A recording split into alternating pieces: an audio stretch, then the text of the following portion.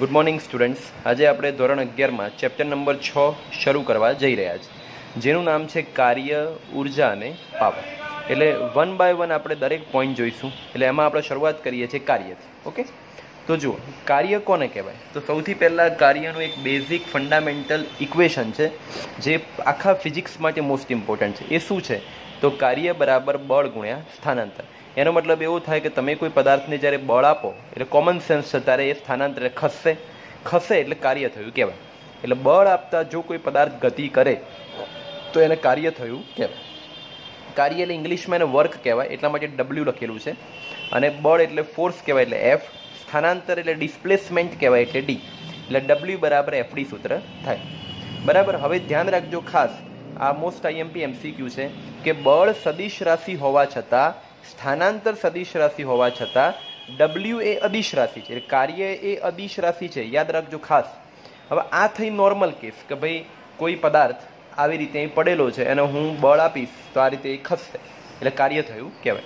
પરંતુ જો ઘણીવાર આવું હોય, એટલે કે ધારો કે વિચારો કે આવો એક પદાર્થ છે જેને આપણે આવી રીતે બળ આપીએ છીએ અથવા ખેંચીએ છીએ ઉપર તરફ, તો ખૂણો કેટલો બનશે? થીટા. એટલે સમક્ષિતિજની સાપેક્ષે આપણે થીટા ખૂણે બળ આપીએ તો બળનો ઘટક લેવો પડે. હવે અહીં થીટા હોય તો અહીં કયો ઘટક થાય? F cos theta. અને એનાથી 90 ડિગ્રી પર કયો ઘટક થાય? F sine theta. બરાબર. તો આવા કેસમાં શું કરી શકાય? તો તમે જોઈ શકો છો કે W is equals to f સદિશ ડોટ ડી સદિશ.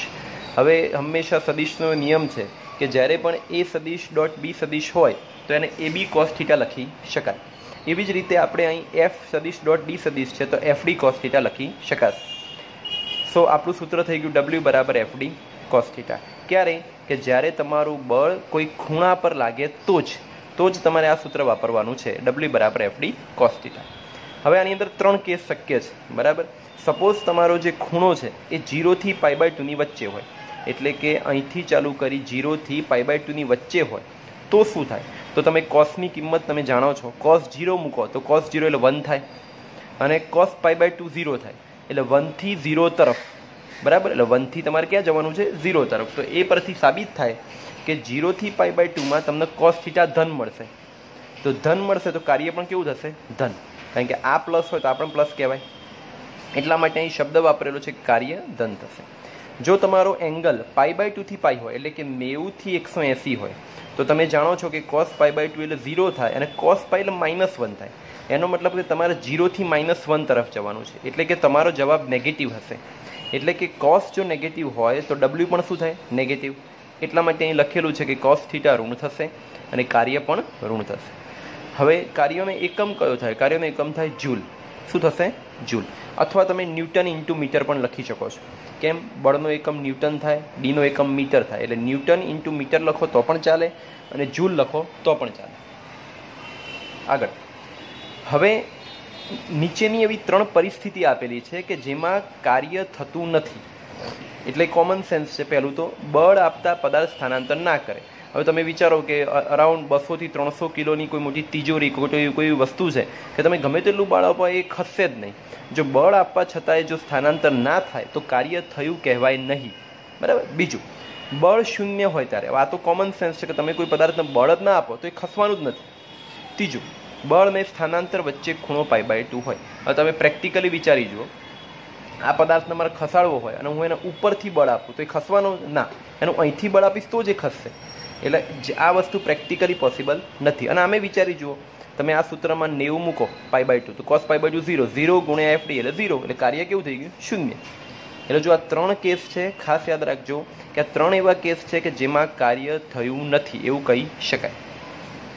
હવે ડબલ્યુ બરાબર એફ ડી કોસ થીટા, એમાં અલગ અલગ વેલ્યુ મૂકેલી છે. ઘણીવાર એમસીક્યુમાં પૂછાતું હોય છે. 0 મૂકો તો cos 0 1, એટલે ડબલ્યુ બરાબર એફ ડી. π/2 મૂકો, cos π/2 એટલે 0 થાય, એટલે બધું 0, ડબલ્યુ બરાબર 0. અને પાઈ મૂકો તો cos π એટલે -1, એટલે કે -એફ ડી. સો આ જે પહેલો ટોપિક હતો એ પૂરેપૂરો કાર્ય માટે હતો.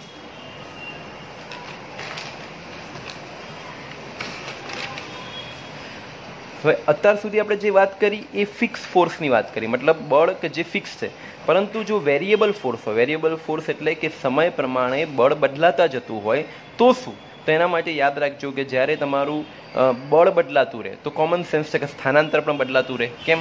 કેમ કે તમે વિચારો કે આને હું થોડું બળ આપું તો આ રીતે જશે, વધારે બળ આપું તો ફટાફટ જશે. તો બળ બદલાશે તો સ્થાનાંતર પણ બદલાશે. અને આવા કેસની અંદર જ્યારે દાખલો પૂછાય ત્યારે તમારે આ સૂત્ર વાપરવું પડે. કયું? W બરાબર ઇન્ટિગ્રેશન, આ જે નિશાની છે શેની છે? સંકલનની નિશાની છે. ઇન્ટિગ્રેશન xi થી xf, xi એટલે શરૂઆતનું સ્થાન, xf એટલે અંતિમ સ્થાન, f of x dx, એનો મતલબ થાય બળનું ફંક્શન. એટલે બળનું ફંક્શનનું તમારે જે પણ સૂત્ર આપેલું હોય ને એનું સંકલન કરવાનું, લિમિટ તમારી સ્થાનાંતરની લેવાની, પ્રારંભિક સ્થાનાંતરથી અંતિમ સ્થાનાંતર, અને એવી રીતે ગણતરી કરશો તો એ તમને શું આપશે? કાર્ય. બરાબર? તો આ યાદ રાખજો, ચલ બળ વડે થતા કાર્યનું સૂત્ર છે. હવે આપણે કાર્ય પછી બીજો ટોપિક જે હતો આ ચેપ્ટરનો એ તો ઉર્જા, અને એમાં આપણે પહેલી ઉર્જા લઈ રહ્યા છે જેનું નામ છે ગતિ ઉર્જા. હવે ગતિ ઉર્જાને ઇંગ્લિશમાં કહેવાશે કાઇનેટિક એનર્જી. શું કહેવાશે? Kinetic energy. હવે ગતિ ઉર્જા સમજતા પહેલાં આપણે ઉર્જા સમજવી જોઈએ કે ભાઈ આપણી પાસે જે ઉર્જા છે અથવા કોઈ પણ વાહનની અંદર કે ઉર્જા છે શું છે? તો જો ઉર્જા એટલે બેઝિક વાત કરીએ તો કાર્ય કરવાની ક્ષમતા. બરાબર? ઉર્જા એટલે શું થશે? કાર્ય કરવાની ક્ષમતા. હવે આપણે જે કાર્ય કરીએ અને જે ક્ષમતા હોય એને શું કહેવાશે? ઉર્જા. પરંતુ જો કોઈ ગતિ ઉર્જા કોને કહેવાય? તો પદાર્થની ગતિને કારણે તેમાં રહેલી કાર્ય કરવાની ક્ષમતાને. તમે જાતે જ વિચારી શકો કે ભાઈ કોઈ પણ પદાર્થ જ્યારે ગતિમાં હોય તો એ પણ એક કાર્ય કરતું હોય છે. એટલે તમારે શબ્દ શું ચેન્જ કરવાનો છે કે પદાર્થની ગતિને કારણે તેમાં રહેલી કાર્ય કરવાની ક્ષમતાને શું કહેવાય? ગતિ ઉર્જા. હવે એનું એક સૂત્ર સાબિત કરવા માટે આપણે એક નાનકડું ઉદાહરણ લઈએ. એમ વિચારીએ કે આ એક પદાર્થ છે. એ પદાર્થ સ્થિર સ્થિતિમાં છે. સ્થિર સ્થિતિમાં છે એટલો મતલબ એવો થાય કે શરૂઆતમાં એનો વેગ કેટલો છે? 0. પછી તમે એને બળ આપવાનું શરૂ કરો છો. બળ આપો એટલે ગતિમાં આવશે, એટલે એનો વેગ કેટલો થઈ જશે? v. અને બળ આપતા એનું કેટલું અંતર કાપ્યું? d જેટલું. તો એ જ વસ્તુ આપણે અચળ પ્રવેગી ગતિના સમીકરણો ચેપ્ટર નંબર 3માં જોયા હતા. એ પરથી v² - v02 બરાબર 2ad. v0 શરૂઆતનો વેગ 0 છે એટલે એ મૂકી દઈએ તો v² બરાબર 2ad. સૂત્રનો કરતાં એ ન બનાવો તો v²/2d. અને હવડે જ આપણે જોયું કાર્યનું સૂત્ર આજે જ અત્યારે જ કે w બરાબર fd. f બરાબર આપણે ચેપ્ટર નંબર 5માં ન્યૂટનના ગતિના નિયમ પરથી જોયું હતું કે f બરાબર ma મૂકી શકાય. તો કાર્યનું સૂત્ર w બરાબર mad, એટલે કે તમે મેડ કહી શકો છો. એ યાદ રાખજો, આ પણ એક મોસ્ટ IMP કાર્યનું સૂત્ર છે, w બરાબર મેડ. હવે એની અંદર એની જગ્યાએ આ જે સૂત્ર લાયા આ કેસ માટે એ આપણે મૂકીએ તો શું થાય? v²/2d. એટલે dd કેન્સલ થઈ જશે એટલે તમને w બરાબર 1/2 mv² મળ્યું. યાદ રાખજો, આપણે આ શું કરી રહ્યા છીએ? તો ગતિ ઉર્જાનું સૂત્ર સાબિત કરી રહ્યા છીએ, ગતિ ઉર્જાનું સૂત્ર તારવી રહ્યા છીએ. હવે અહીંયા આપણને મળ્યું શું? કાર્ય.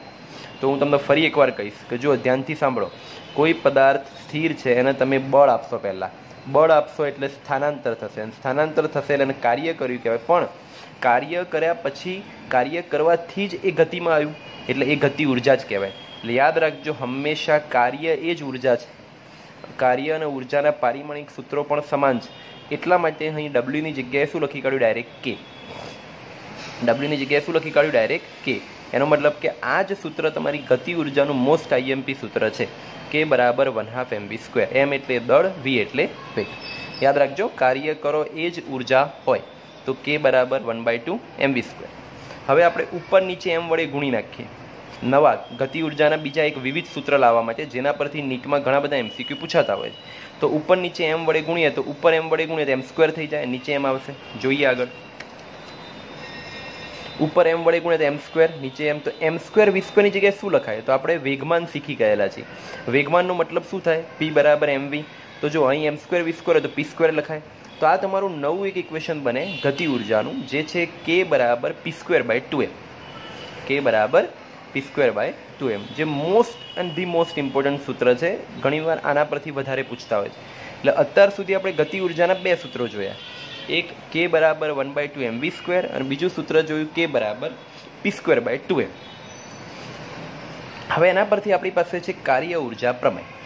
હવે કાર્ય ઉર્જા પ્રમેય શું છે તે સમજવા માટે આપણે અચળ પ્રવેગી ગતિનું સમીકરણ લઈએ છીએ, જે છે v² - v02 બરાબર 2ax પણ લખાય, 2ad પણ લખાય. સમીકરણને આપણે m/2 વડે ગુણતા, આખા સમીકરણને આપણે m/2 વડે ગુણી નાખીએ તો m/2 m/2 અને m/2.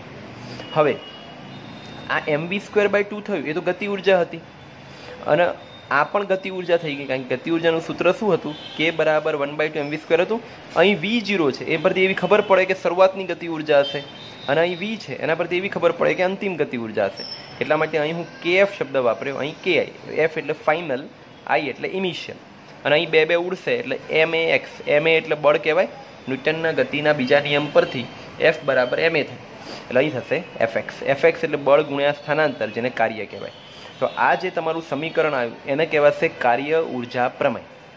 કાર્ય ઉર્જા પ્રમેય શબ્દ ખાસ જોજો. કાર્ય એટલે W, ઉર્જાનો થતો ફેરફાર, અંતિમ ગતિ ઉર્જા માઇનસ પ્રારંભિક ગતિ ઉર્જા. તમે ગતિ ઉર્જાનો જેટલો ફેરફાર થાય, તમે જ્યારે ગતિ ઓછી હતી ત્યારે તમારી ગતિ ઉર્જા હશે, ગતિ વધી ત્યારે ગતિ ઉર્જા હશે, એ બંનેનો તફાવત એ કાર્ય પર આધારિત છે, જેને કાર્ય ઉર્જા પ્રમેય કહેવાય. બરાબર? ચલો, થેન્ક યુ.